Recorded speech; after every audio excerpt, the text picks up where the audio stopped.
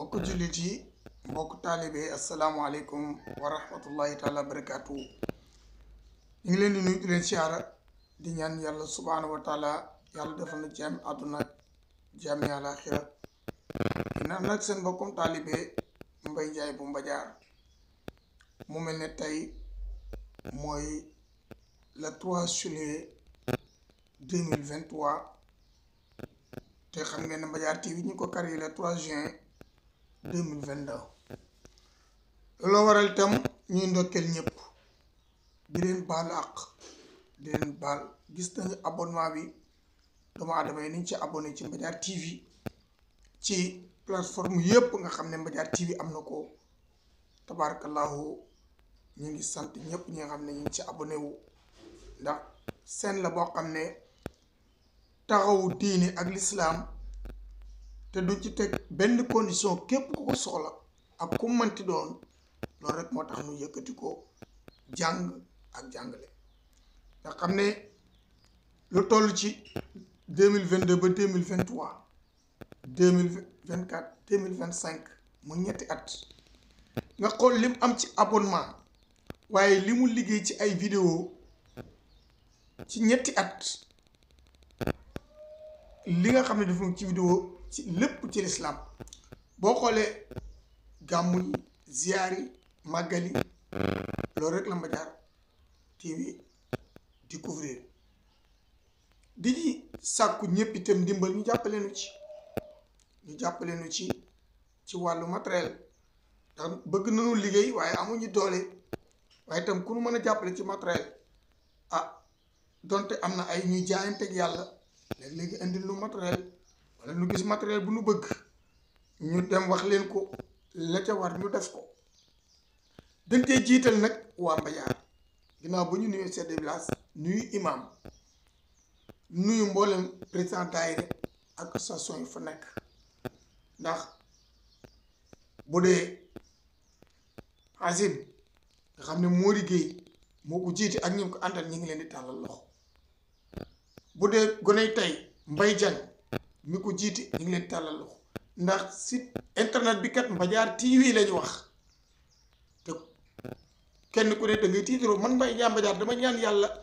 taxaw bi ma taxaw bu foo taxaw ci Sénégal ñu ne Mbadiar loolu moo tax ma gën a yitte bi lijjantee scène bi mu tudde ko Mbadiar ba nga xam ne foo nekk ci àdduna bi boo bëggee xam Mbadiar boo dugg ci internet bi mu xam ne la Mbadiar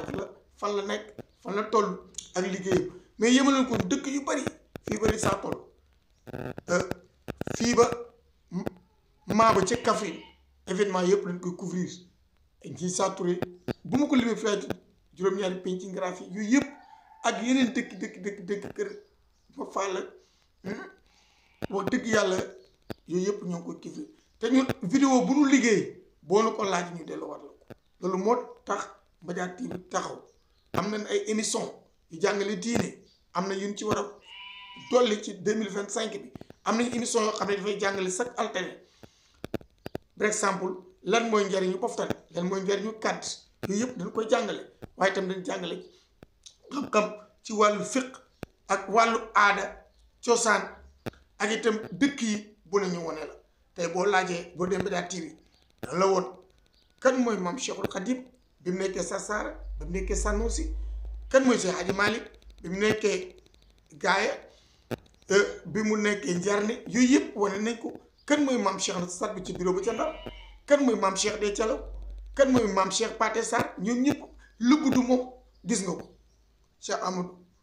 Bamba Sadibou Bamba Ndiaye yal na yàlla yokk leeram gis nañu liggéey biñ ci àndoon ak waa kër ma ñàkk Omar yi loolu lépp Mbadiar TV fas yéene ko réaliser ay